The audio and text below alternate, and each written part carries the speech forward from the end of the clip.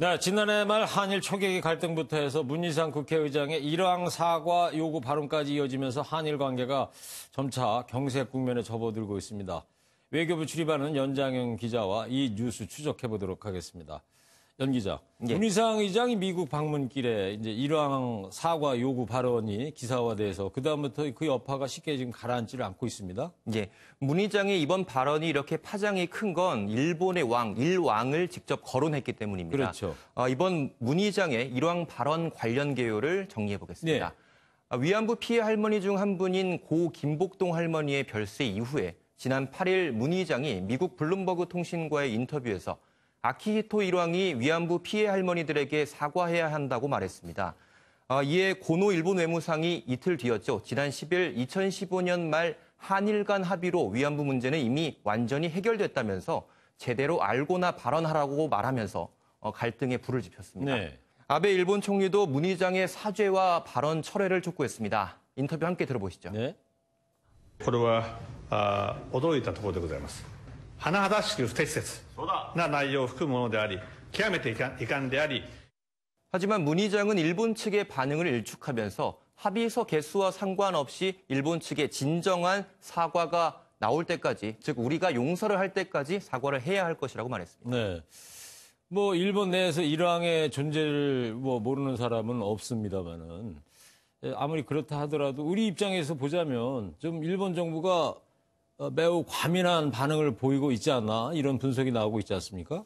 네, 바로 일왕이 주는 그 상징적인 의미 때문일 겁니다. 네. 일왕은 일본 내에서 천황, 즉 하늘의 뜻을 받은 황제라고 불리고 있습니다. 즉 일본의 군주이자 황실의 대표자죠. 네.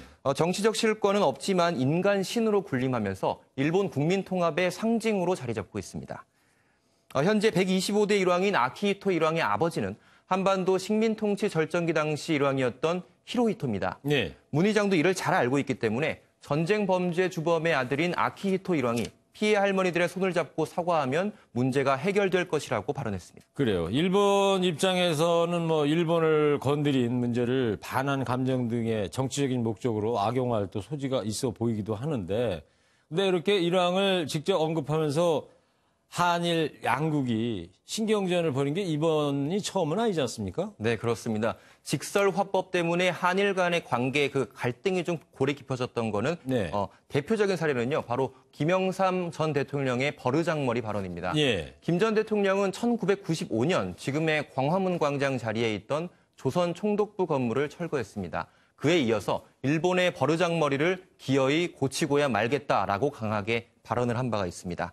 앞서 당시 일본 총무청 장관의 식민지 시절 일제가 한반도에 좋은 일도 했었다라는 망언에 대한 반발이었죠. 망언 중에 망언이었죠. 그렇습니다. 그 외에도 이명박 전 대통령 같은 경우에는 2012년 광복절을 앞두고 독도를 방문했는데요. 그 당시에 일왕이 한국을 방문하려면 독립운동가에게 사죄하라, 통석의 염, 그러니까 통렬한 반성 정도의 표현을 쓸 거면 오지도 말라라고 역시 강하게 말했던 적이 있습니다. 네.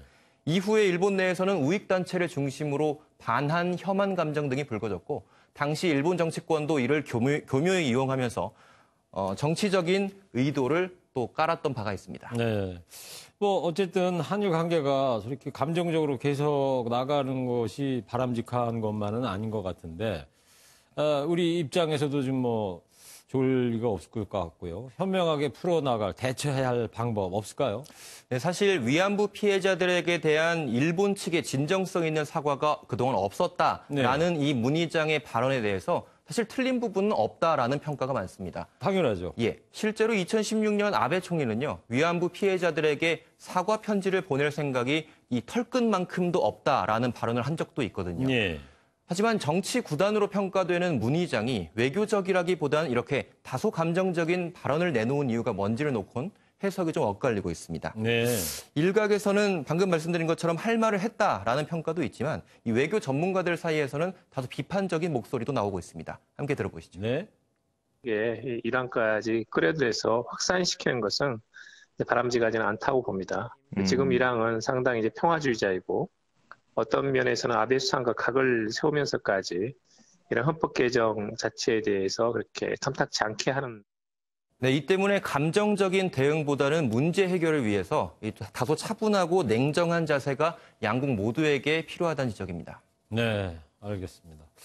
북한의 비핵화 과정에서 주변국의 동의를 이끌어내야 하는 등 일본은 어쨌든 우리와 함께 해야 할 이웃이자 외교 파트너입니다. 서로를 헐뜯고 정치적으로 이용하기보다는 차분한 대응과 관계 개선을 위한 노력으로 경색된 관계를 풀어나가는 것이 현명한 길이라고 보여집니다. 연장 기자, 잘 들었습니다.